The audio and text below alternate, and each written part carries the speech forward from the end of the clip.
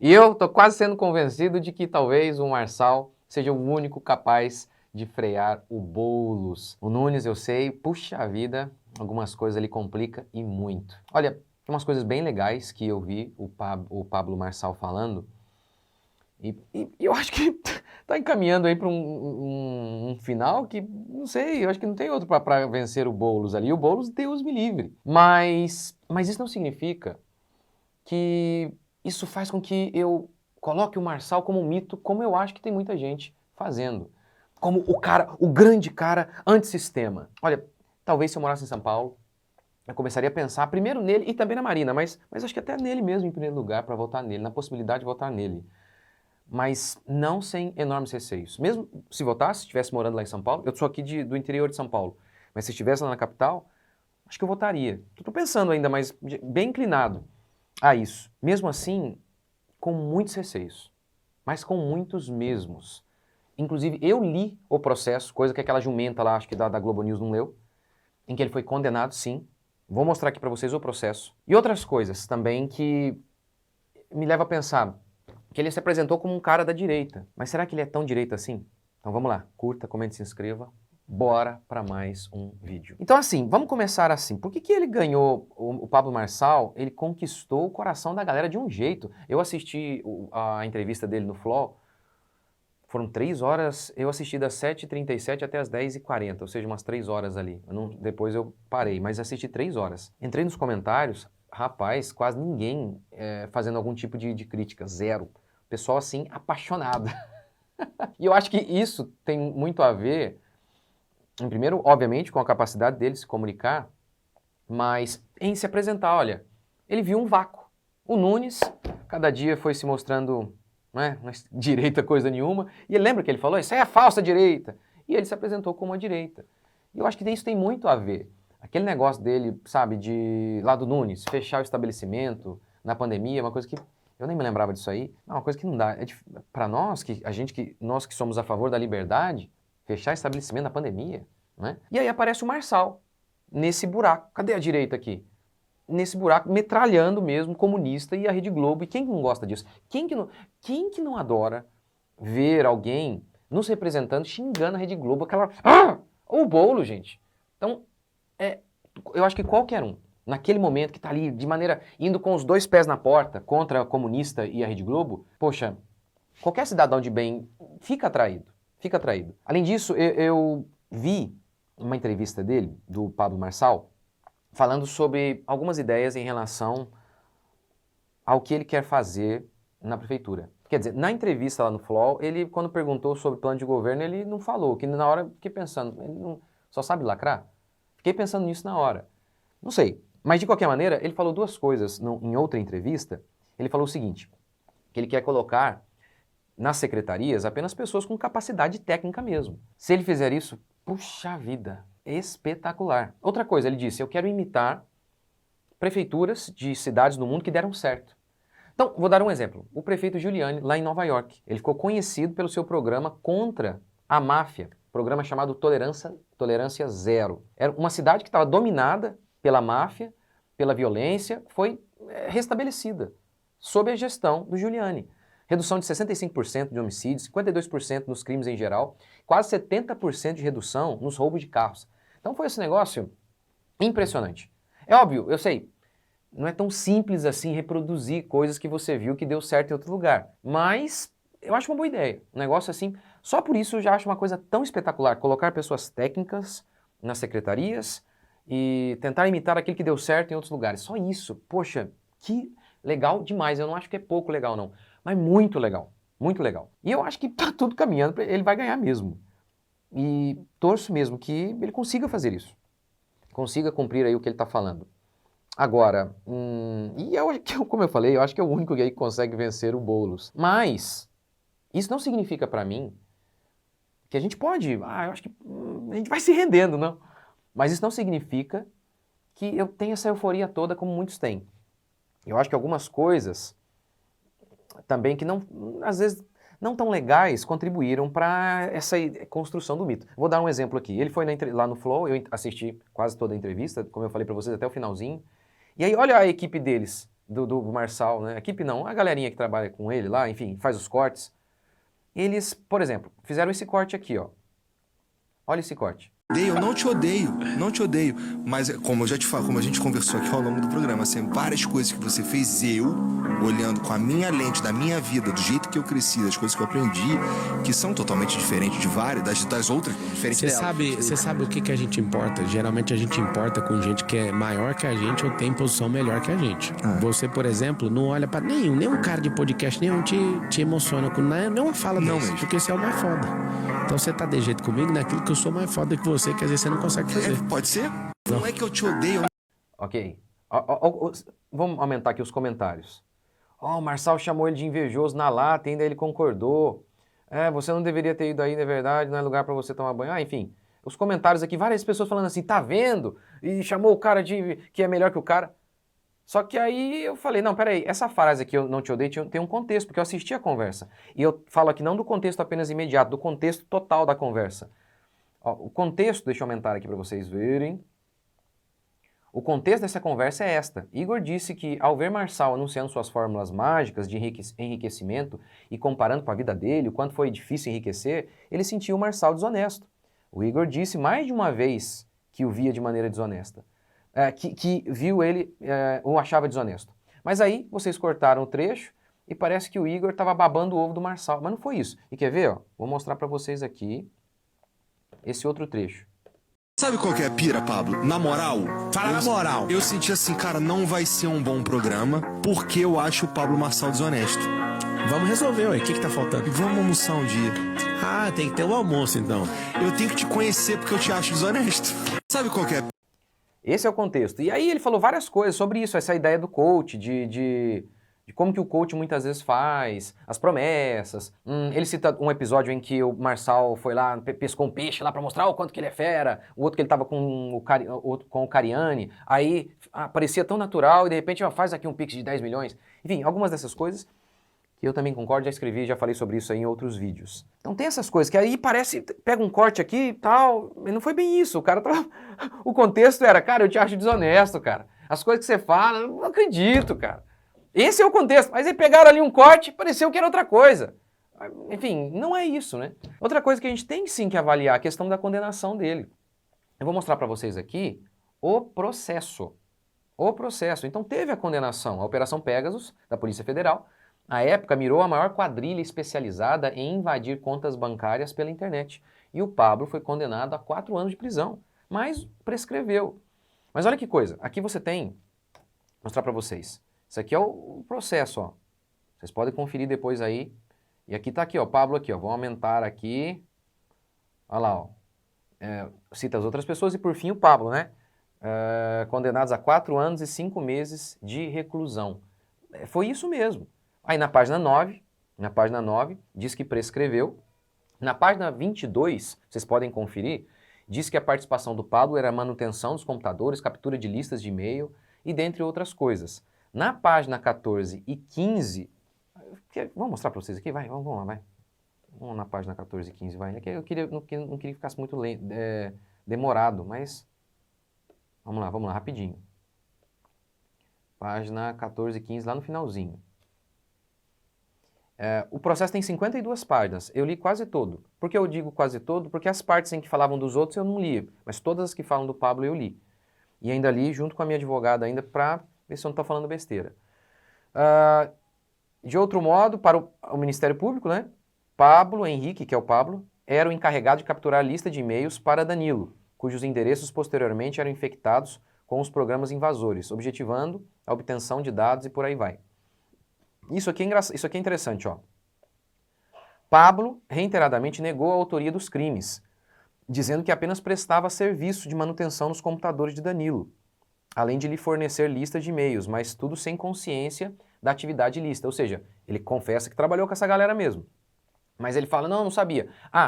Eu não mostrei aqui, mas vocês podem conferir, tem um áudio.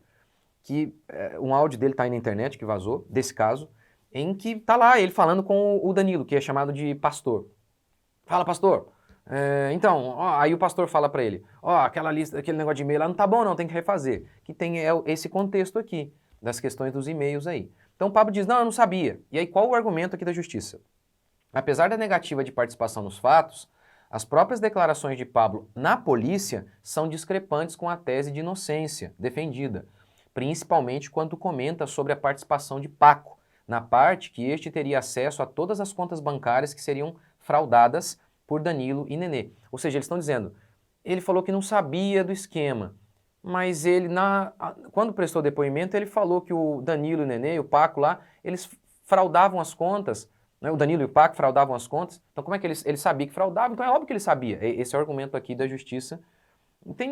Aqui continua também, né, na página, né, falando que um outro argumento que a justiça usou para dizer que ele era culpado é que ele conhecia, ele tinha conhecimento técnico para fazer isso.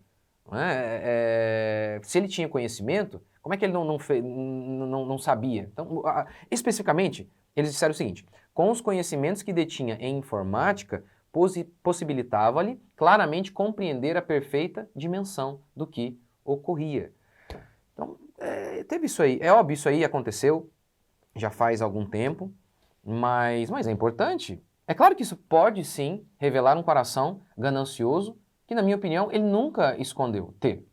Ele chama de mentalidade de escassez, aqueles que o criticam por sua ostentação. Como, por exemplo, tem um vídeo dele em que ele diz que comprou um carro de 6 milhões porque ele foi numa reunião de ricos, olhou, gostou.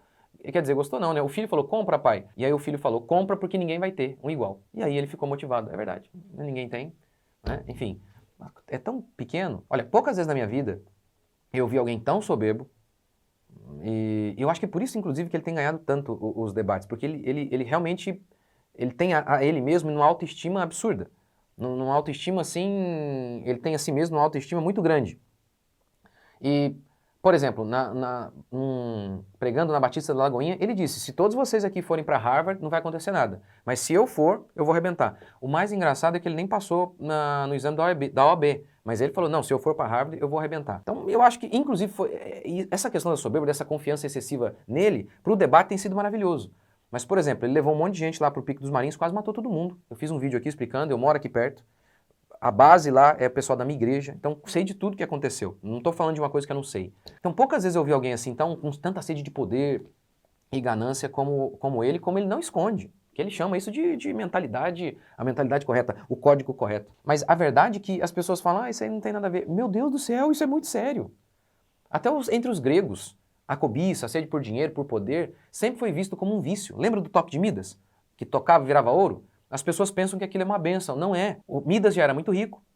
E aí um dia ele pediu para os deuses, eu quero a capacidade de tocar nas coisas e elas se transformarem em ouro. Os deuses falaram para ele, isso é um problema. Mesmo assim ele quis. E ele então tocou na sua filha, tocou no vinho, tocava em tudo e tudo se transformava em ouro. E ele percebeu que a filha foi embora, o vinho ele não podia beber. Por quê? Porque era uma maldição. A moral da história é que a cobiça é um vício. A cobiça é um vício. Ora, essa galera, a gente está falando do Moraes aqui, gente? A sede de poder, olha o que faz. Não é? Então, isso é uma coisa para a gente prestar atenção, sim. Outra coisa, em 2022, quando o Moraes assumiu o TSE, ele disse que ficou tranquilo. O Marçal disse que estava tranquilo porque agora a democracia está segura. Além disso, recentemente recusou em cima da hora a entrevista com o Paulo Figueiredo, porque não queria falar sobre o Moraes. Perguntaram sobre o vaza-toga, aqueles áudios que mostravam o que a gente sempre soube, que o Moraes sempre fez. E aí, o que você acha, Marçal? Eu acho que é o seguinte, quando a mídia inteira está indo contra alguém, aí eu fico ressabiado. Isso pode significar que o Lula está querendo tirá-lo de lá e colocar outro. E aí, na entrevista mesmo no FLOW, a única menção a Moraes foi em tom cordial. Ele acabou de arrancar a liberdade de expressão de um monte de gente. Quer dizer, do país inteiro. Através bloqueando o X, o Twitter. Pelo amor de Deus, esse cara tem sido um dos maiores inimigos do nosso país. E nada. Nada, fica quietinho em relação ao cara. Mas ele tá fazendo de maneira estratégica, senão não vai conseguir concorrer. A Marina não fez, ela parece que é mais homem do que ele. Pediu o impeachment do cara. A Marina pediu o impeachment. Então, assim, outra coisa pra gente analisar. Na entrevista no FLOW, ele também defendeu o modelo de governo chinês, gente, pelo amor de Deus. Veja este comentário do David Stockman sobre a China, descrevendo a China atual. A China é uma grotesca aberração econômica. cujo modelo econômico simplesmente não tem semelhança a nenhum outro modelo econômico já adotado por algum outro país em algum momento da história. Nem mesmo ao modelo mercantilista de estímulo às exportações originalmente criado pelo Japão, e o que já se comprovou insustentável. O governo chinês está nas mãos de um grupo de velhos comunistas que foram criados sob o regime de Mao Tse-tung. Eles acreditam em planejamento central, ainda que de uma maneira mais diluída. Eles enviaram seus jovens mais inteligentes para estudar economia nas universidades americanas. Esses jovens retornaram para a China keynesianos, que é uma maneira diferente aí de comunismo, aí enfim, de controle do governo. O governo controlando a economia. O autor de O Guia Politicamente Incorreto da Esquerda e do Socialismo, ele resume bem o socialismo. O comunismo, o Estado controlando a economia. E ele fala em vários níveis de controle. Eu sei, originalmente a ideia de Marx era que o Estado sumisse, mas na prática socialismo é isso, é o Estado controlando tudo. O Estado controlando a economia. E o autor de O Guia Politicamente Incorreto da Esquerda e do Socialismo, ele diz o seguinte, tem níveis de controle, ou seja, níveis de socialismo. Quanto mais controle, mais socialismo. Pensando assim, ainda continua existindo muito socialismo na China, sem contar a total falta de liberdade no país. Então, assim, é um negócio absurdo falar um negócio desse. Mas tudo bem, até o Bolsonaro, ele não tinha uma mentalidade mais estatizante? Ele tinha. Pastor, se o Bolsonaro ele tinha essa mentalidade mudou, o Marçal também poderia ouvir alguém e aprender e ter uma mentalidade um pouco diferente? Claro, claro. Mas aí que está a questão. O Bolsonaro já se mostrou mais humilde, na minha opinião. Quando perguntado sobre vários assuntos, ele dizia, não sei. Várias vezes, lembra? Economia, não sei, eu vou colocar alguém, não tem como saber tudo. O Marçal, pelo contrário, sabe tudo. Ele discorreu sobre política, economia, teologia, história, até física quântica. Não é?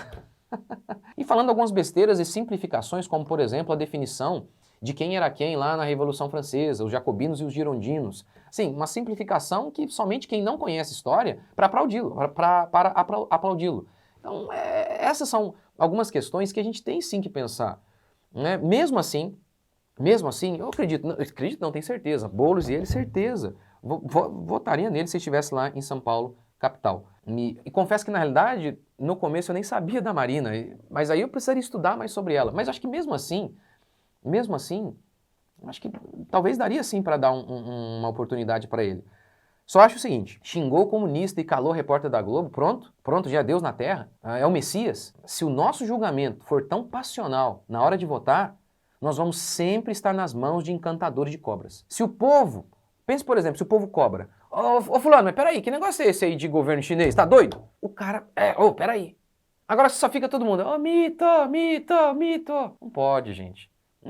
Aí fica cego para os defeitos, para de cobrar, ninguém vai nos salvar. Somos apenas nós mesmos debaixo da bênção de Deus sobre o suor do nosso rosto. Nós só precisamos de políticos que sejam honestos, que não se vejam como messias, que não tenham um projeto pessoal de poder e que entendam que a grande função mesmo do político, e esse é um grande conceito de direita, é sair do nosso caminho, é um Estado pequeno.